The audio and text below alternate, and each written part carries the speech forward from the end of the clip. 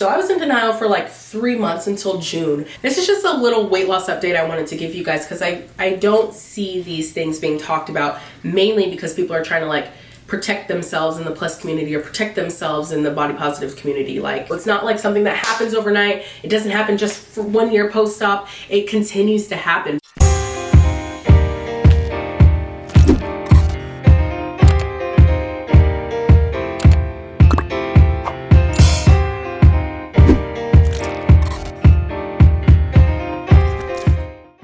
Hi you guys, my name is Stella Williams and today I'm gonna do what I do best, my little talking videos. I love to have you guys involved in my life and the ebbs and flows of it, and today I'm here to talk about my weight. I was hoping this was a weight loss update, but it's really like a follow-up, I guess, to weight loss surgery and my 1 year post-op video I did. If you identify as a male or you're just not interested in like girly issues, this video is definitely not for you.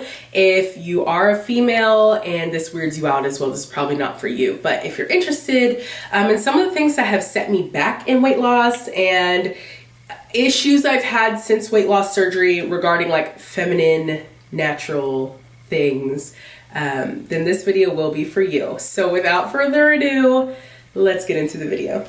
I wanted to make this video firstly apologizing. So I am in therapy, I'm healing, all this fun, responsible stuff. And I firstly want to apologize to everyone for myself a little over a year ago when I decided to have surgery.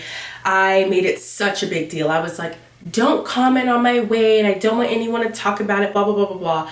I have now realized in maturity that you cannot control what people say. You can't dictate what other people are going to do in any regard, whether I'm at like me, weight loss, or opinions. Like, you guys are allowed to have your own opinions, and I've always believed in free speech, but something now that I'm understanding is there's no line that I could ever ask you not to cross. Like, there's no line I could ever ask you not to have your own opinion, not to say something.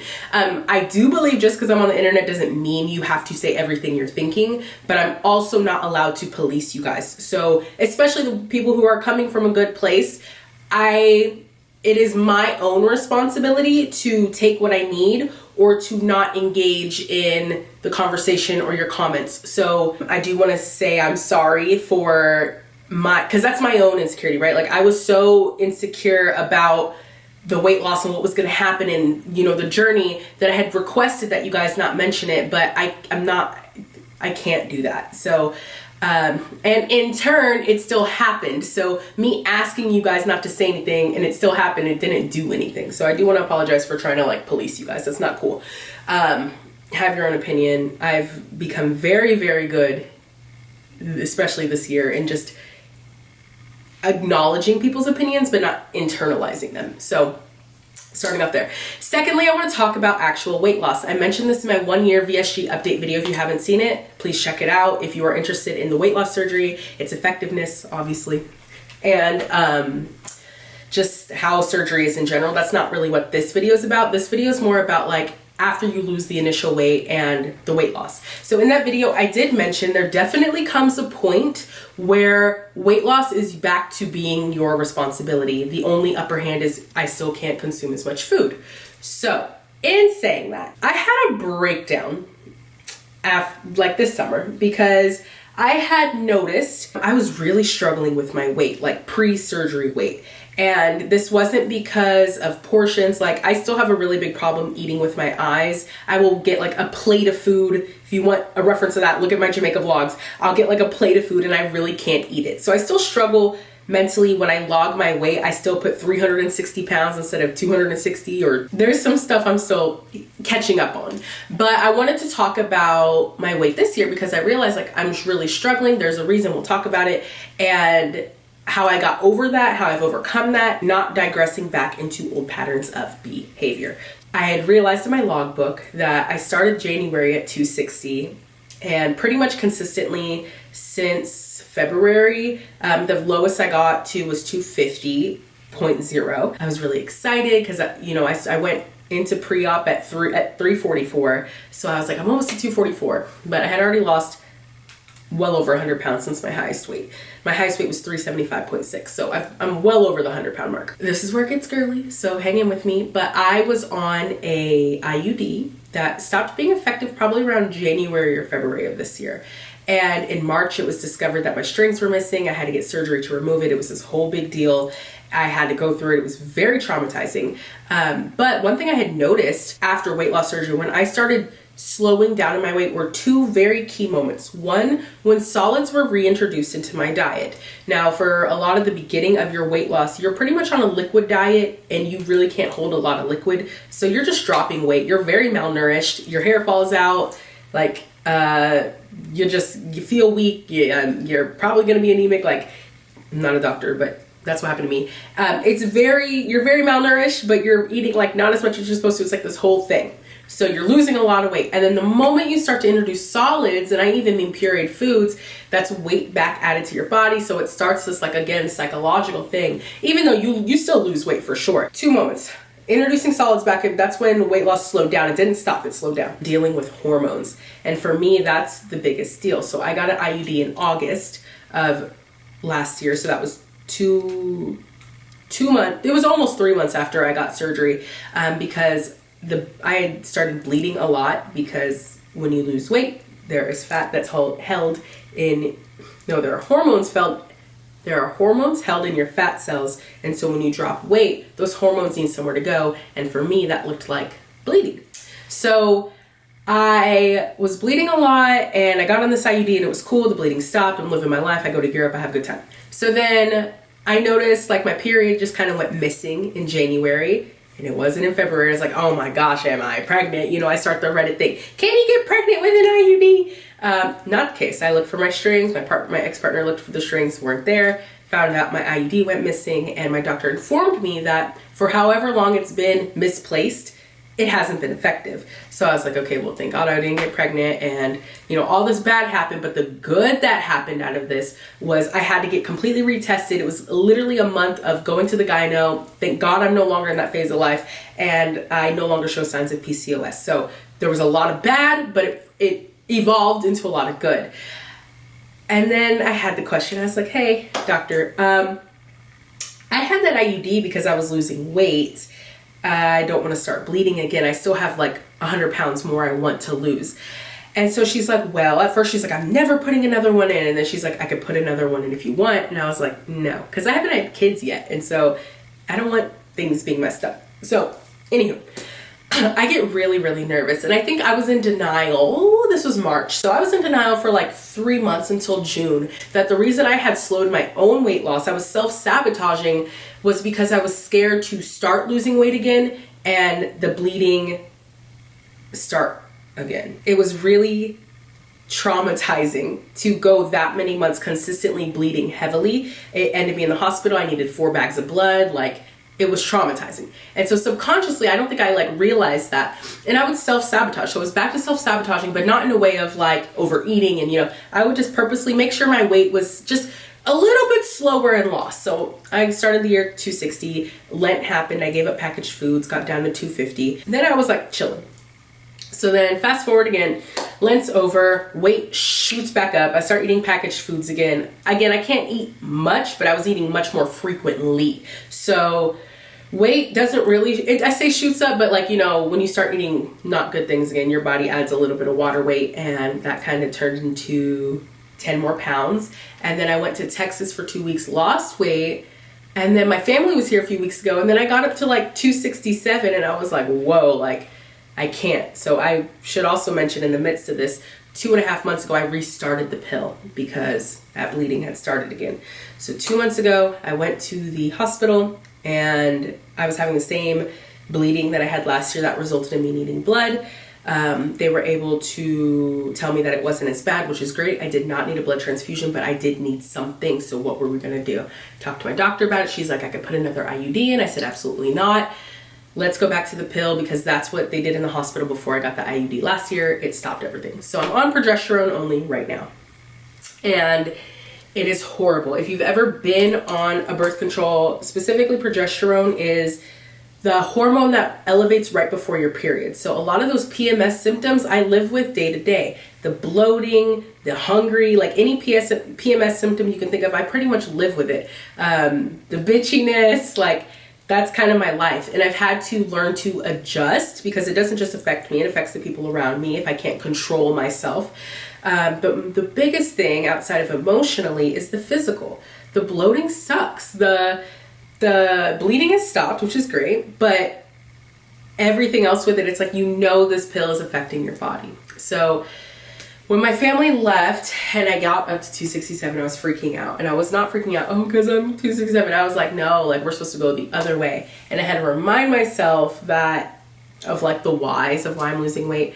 But it brought this feeling up about weight loss and like how it really feels like pre-weight loss, where you can't fall into like old habits of like diet culture. Like I don't want to go that route, and I actually had stopped that route. So I have just been able to I started like to snap back in my mind of and before going down the anxiety rabbit hole, I started with my pre-op diet. So I was doing 2 protein shakes a day and 1 meal.